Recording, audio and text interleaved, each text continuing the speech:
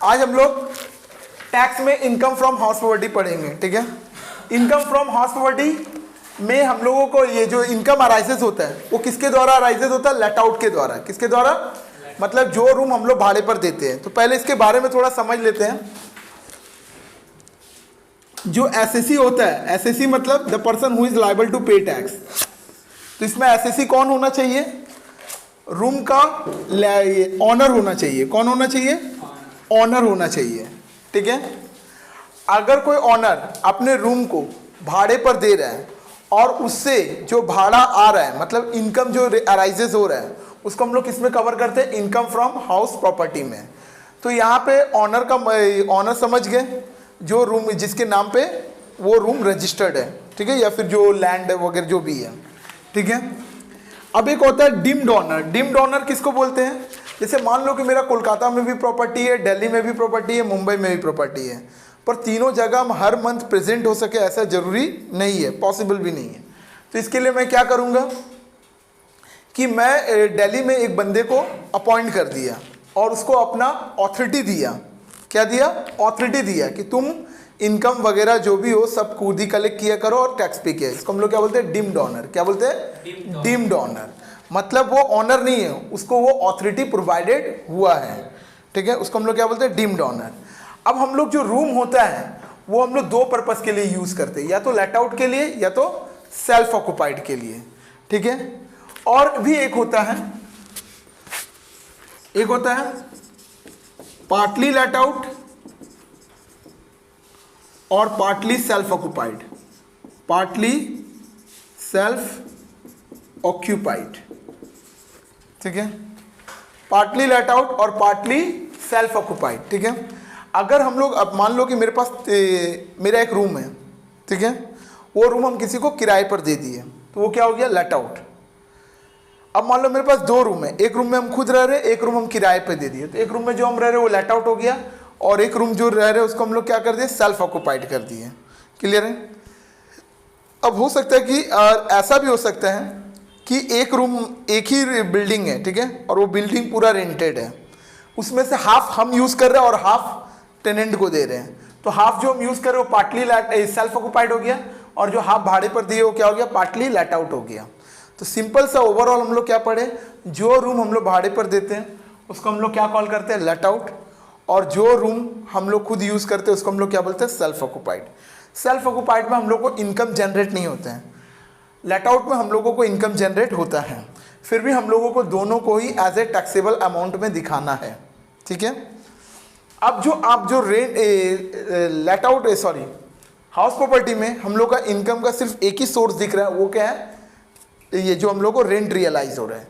पर ये जो रेंट है ये हम लोग इतने आसानी से डिसाइड नहीं कर लेंगे। जो हम लोग को रेंट मिल रहा है उसी को हम लोग एग्जैक्टली अपना इनकम नहीं मान लेंगे।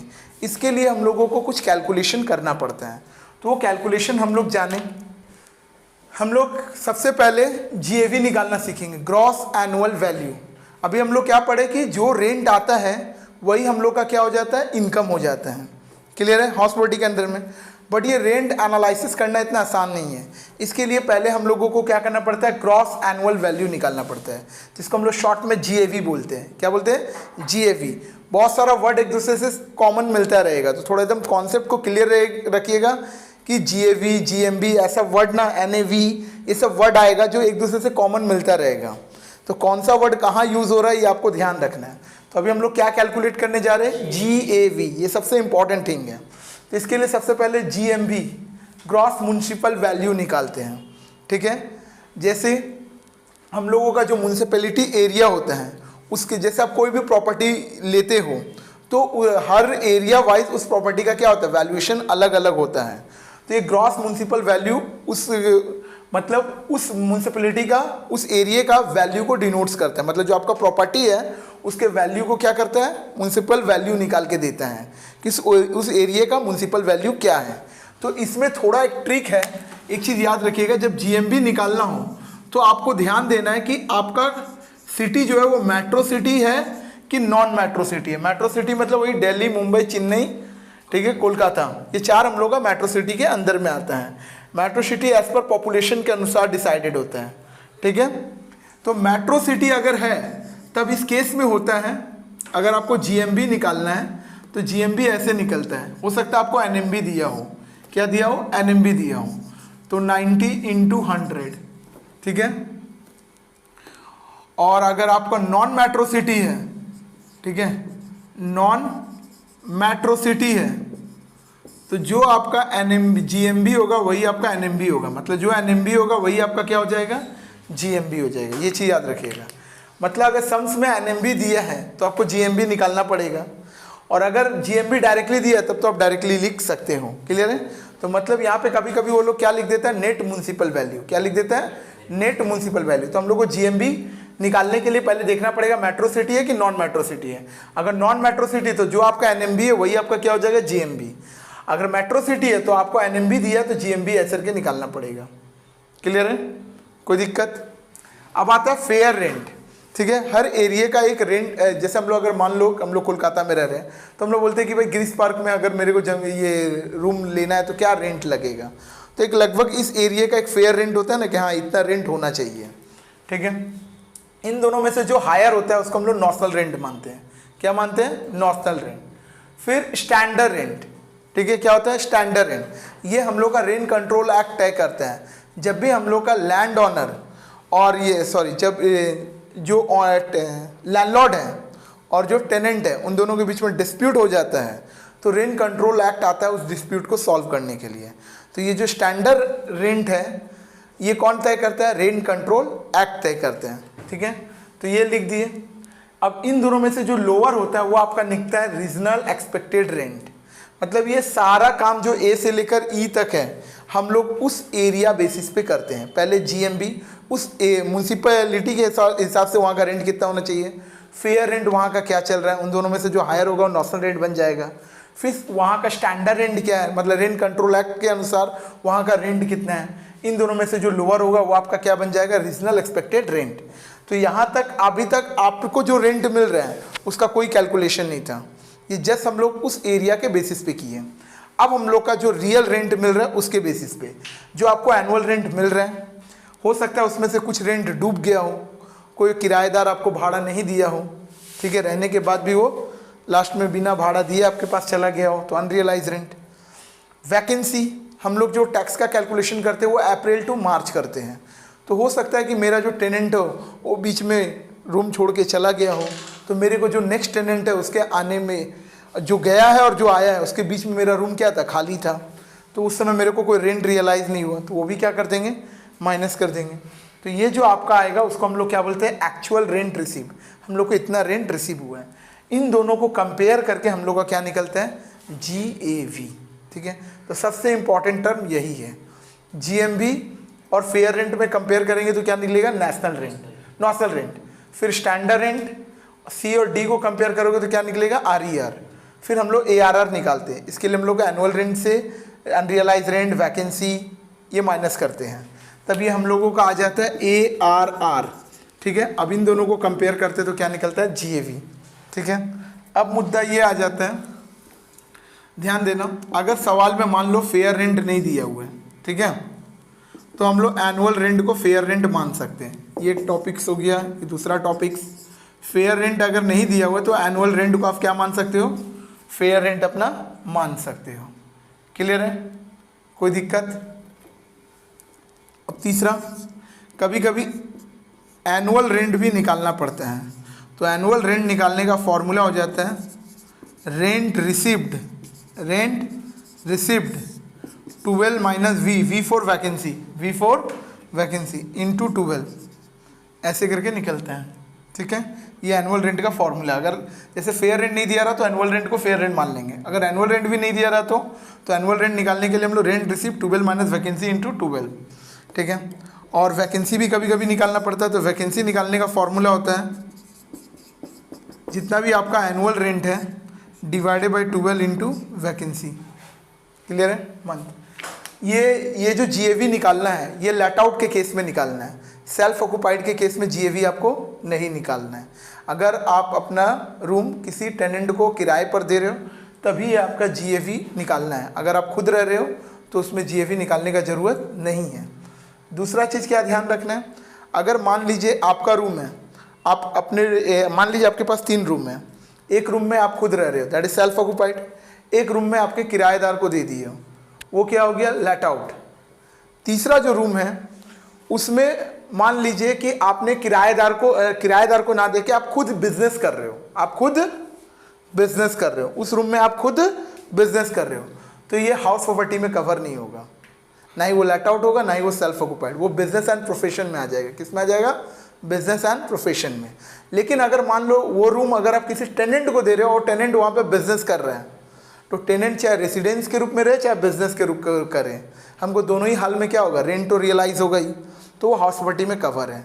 तो बोलना क्या चाह रहे, बोलना ये चाह रहे कि अगर लैंडलॉर्ड खुद अपने रूम में मतलब बिजनेस कर रहा है तो वो हाउस प्रॉपर्टी के अंडर में कवर नहीं होगा, लेकिन अगर टेनेंट कर रहा है तो कवर होगा, क्योंकि टेनेंट रेसिडेंट के रूप में रहे चाहे बिजनेस करे, वो दोनों ही हाल में मेरे को रेंट रियलाइज होगा। लेकिन अगर ऑनर खुद रहता है तो वो सेल्फ ऑक्यूपाइड है और हाउस प्रॉपर्टी में कवर होगा। लेकिन अगर ऑनर खुद उसमें बिजनेस कर रहा है तो वो हाउस प्रॉपर्टी में कवर नहीं होगा, वो कहाँ पे कवर होगा, बिजनेस एंड प्रोफेशन में। क्लियर है? तो पहले इन सब चीज़ों को एक बार नोट कर लीजिए। मान लो ये एक सवाल है, इसमें हम लोग को जीएवी कैलकुलेट करना है। क्या करना है, जीएवी कैलकुलेट करना है। ध्यान दीजिए, अभी जस्ट हम नॉर्मल वे में बता रहे हैं, आप खाली देखते जाइएगा, ठीक है। जीएवी, ये हाउस 1 है और ये हाउस 2 है, ठीक है। तो सबसे पहले हम लोग क्या लिखते हैं, जीएमबी। जीएमबी दोनों का कितना हुआ, 100 और 120, ठीक है। म्युनिसिपल वैल्यू हो गया। फेयर रेंट, फेयर रेंट कितना दिया, 110, 100 है। तो फिर हम लोग निकालेंगे नॉशनल रेंट, ठीक है, एनआर।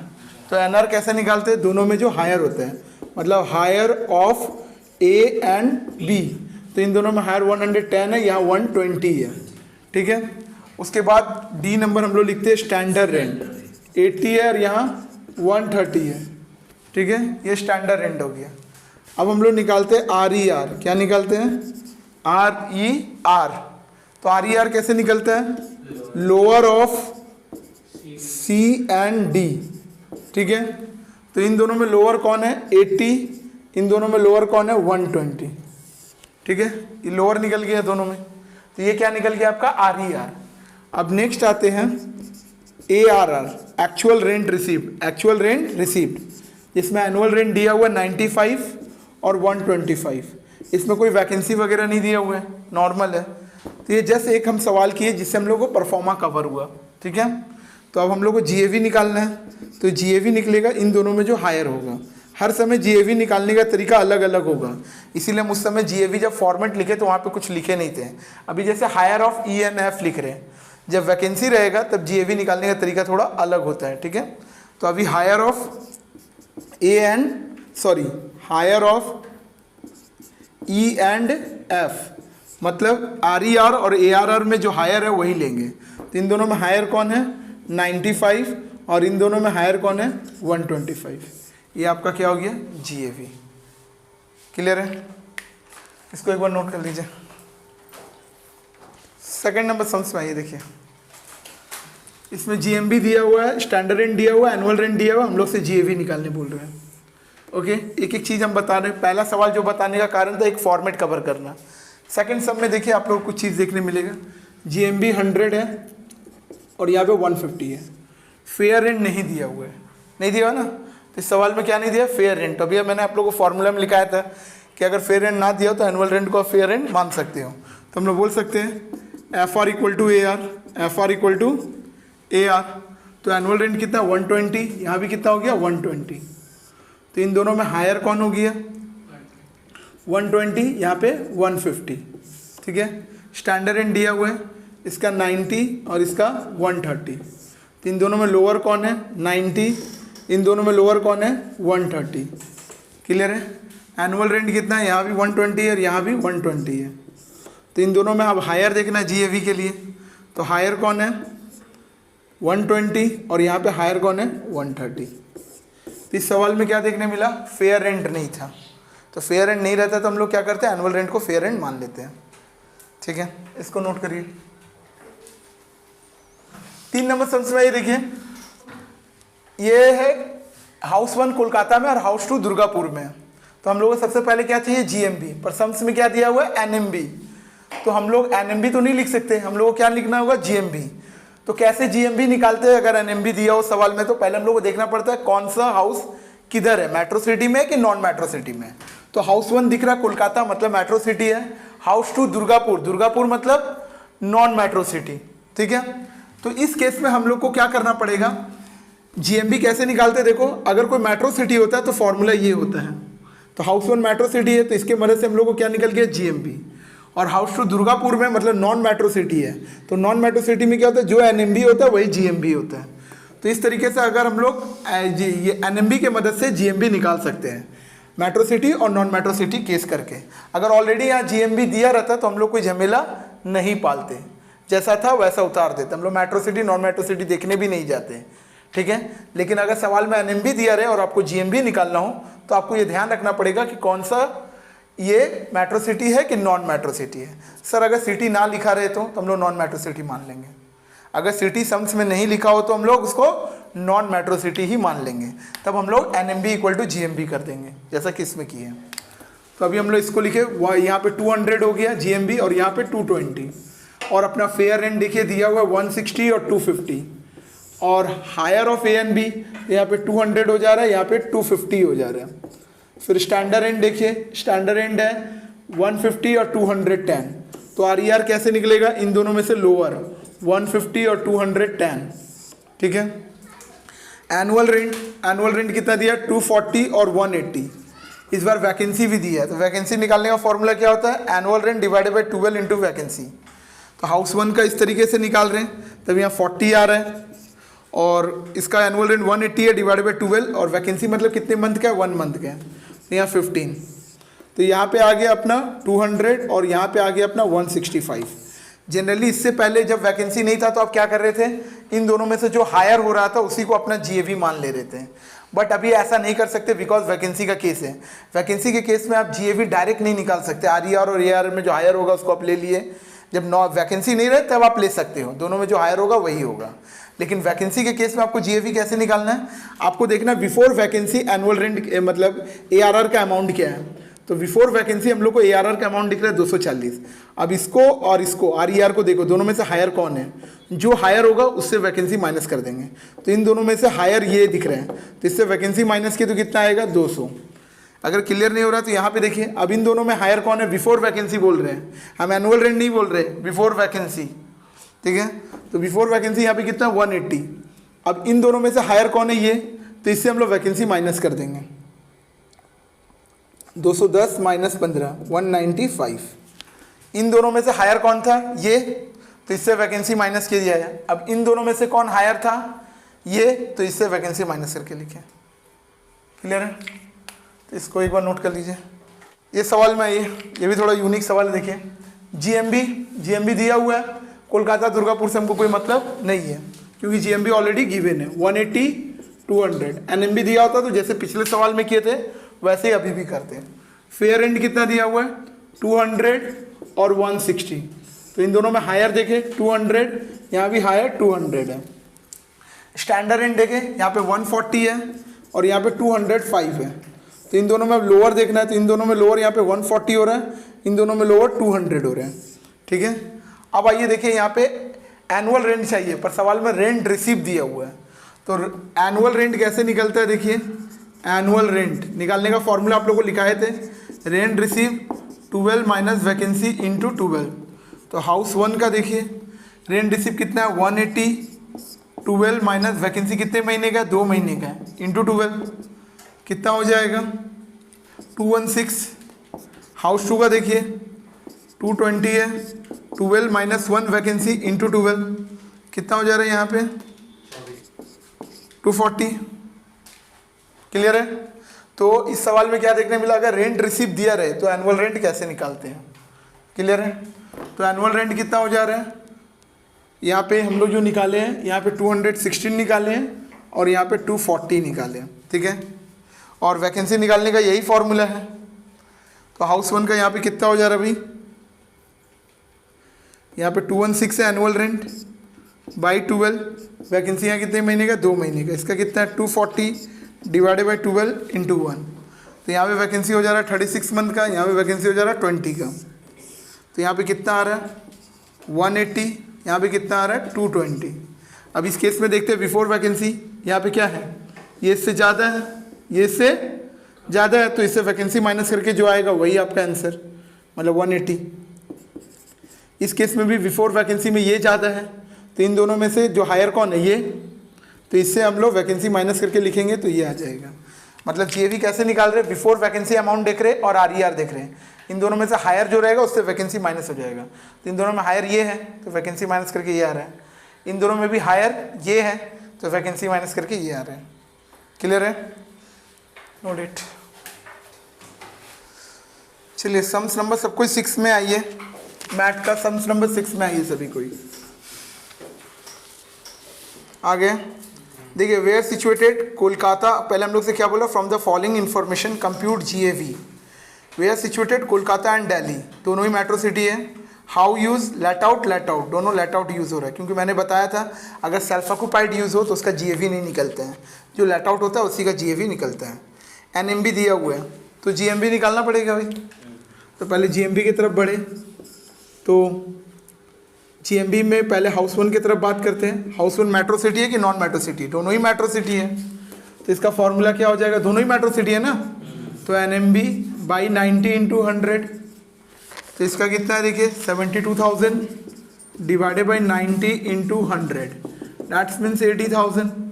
और हाउस 2 का देखिए कितना है 81,000 divided by 90 into 100, how much, 90,000, तो इसका मतलब यहाँ पे 80,000 हो गया और यहाँ पे 90,000 हो गया।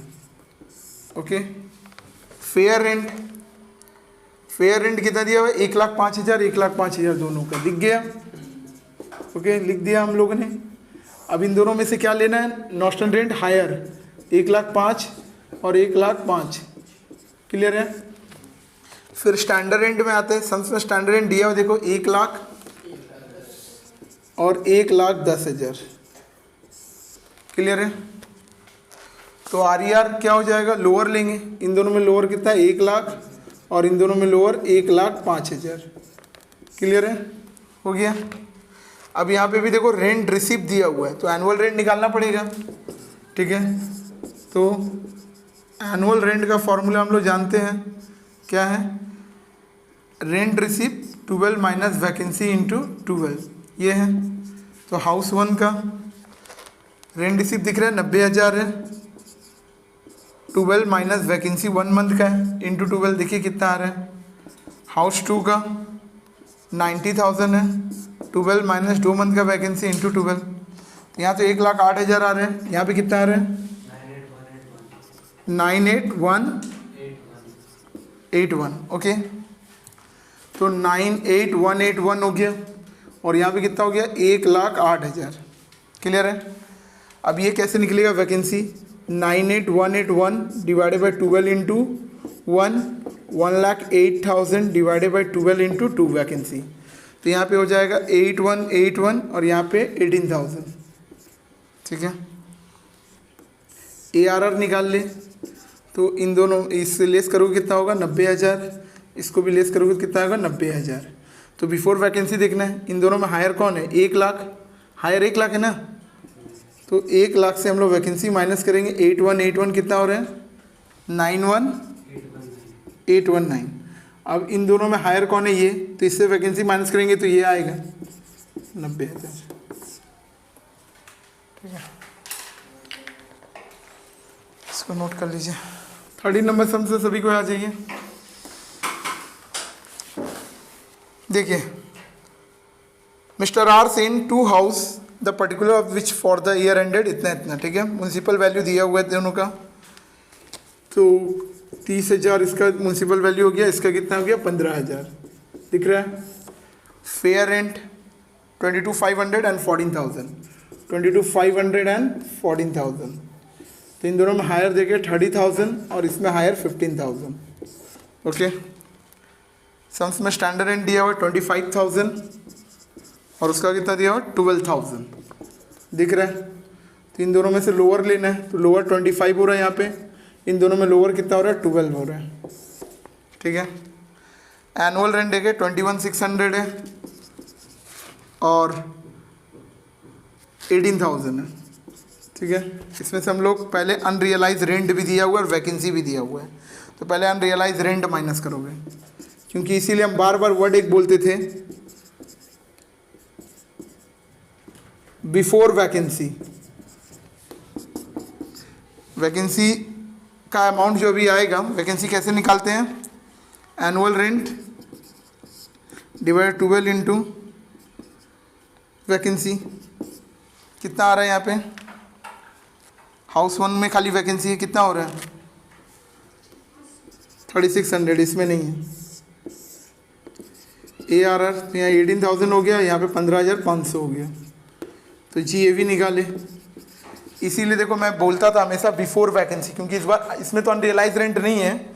अगर अनरियलाइज रेंट होता तो ये जो अमाउंट आया है बिफोर वैकेंसी चेक करना है, एनुअल रेंट नहीं चेक है, क्या करना है बिफोर वैकेंसी। तो बिफोर वैकेंसी 21,600 है, यहाँ कितना 25,000 है ना। तो दोनों में ग्रेटर कौन है 25,000, तो उसमें से हम लोग 3,600 माइनस करेंगे, कितना हो जाएगा 21,400 होगा। तो क्लियर है। अब इन दोनों में से ग्रेटर कौन है, इसमें तो वैकेंसी नहीं है ना, तब इसमें जैसा कॉन्सेप्ट है वही वाला हायर वाला, हायर कौन है 15,500। देखो नॉर्मल एकदम सवाल दिया हुआ है, GMB दिया हुआ है, एनुअल रेंट दिया और कुछ दिया ही हुआ नहीं है, ठीक है। हाउस 1 हाउस 2, तो GMB 100 और 120। इसके बाद हम लोग क्या लेते हैं फेयर रेंट लेते हैं, तो fair rent equal to annual rent हो जाएगा कितना 120 और 144। इसके बाद हम लोग क्या निकालते थे नॉशनल रेंट, ठीक है। पर सवाल में स्टैंडर्ड रेंट नहीं दिया हुआ है, नहीं दिया है ना, तो ये सवाल करने का एक ही मोटो, अगर स्टैंडर्ड रेंट ना दिया हो तो स्टैंडर्ड रेंट निकालने का कोई फंडा नहीं है। आप जो स्टेप ई करते हो ना RER, स्टेप सी को क्या लिखते हैं नॉशनल रेंट, स्टेप डी में स्टैंडर्ड रेंट और स्टेप ई में क्या लिखते हो RER, तो स्टेप सी ही आपका RER हो जाएगा। अगर सम्स में कभी भी स्टैंडर्ड रेंट ना दिया हो, सम्स में कभी भी स्टैंडर्ड रेंट ना दिया हो, तो स्टेप सी को ही हम लोग क्या मान लेंगे RER। तो RER वही हो जाएगा जो इन दोनों में हायर है, higher of A and B। अब तुम बोलोगे सर RER तो आप लिखते थे lower of C and D। जब C एंड D रहता था तब, जब सवाल में स्टैंडर्ड रेंट ना दिया हो तो स्टेप सी ही आपका क्या हो जाएगा RER, और जो हायर का फंडा था स्टेप सी का वही लेंगे, कितना 120 और 144। फिर स्टेप डी अपना ARR हो जाएगा, इसमें एनुअल रेंट दिया हुआ 120 और 144, तो GAV हायर, तो इन दोनों में हायर कौन है वही है, ठीक है। तो ये सवाल करने का एक ही मोटो था, अगर सवाल में स्टैंडर्ड रेंट ना दिया हो तो क्या करना है। स्टैंडर्ड रेंट ना दिया हो तो आप लोग क्या करोगे, एनुअल ये जो स्टेप सी रहेगा जिसको नॉशनल रेंट बोलते हो उसी को आप RER बना दोगे, ठीक है। यहीं तक रख।